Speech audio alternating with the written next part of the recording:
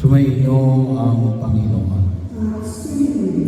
Ang mabuting balita ng Panginoon ayon kay San Lucas.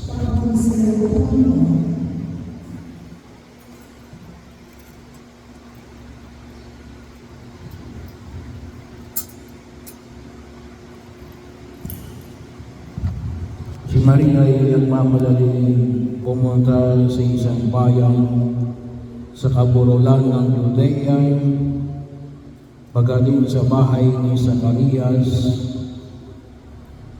Binati niya si Elizabeth. Nang marinig ni Elizabeth ang bati ni Maria, nagagalaw ang sanggol sa kanyang tiyan. Napuspos ng Espiritu Santo si Elizabeth at buong galak niyang sinabi, "Bukod kang pinagpala sa babaeng lahat at pinagpala naman ang iyong dinadalang anak. Sino ako upang dalawin ng ina ng aking Panginoon? Sapagkat pagkadinig ko sa iyong bagay ay nagagalaw sa tuwa ang salikod sa aking tiyan.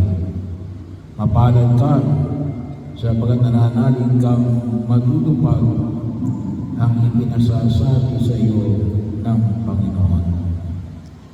Ang mabuting balita ng Panginoon.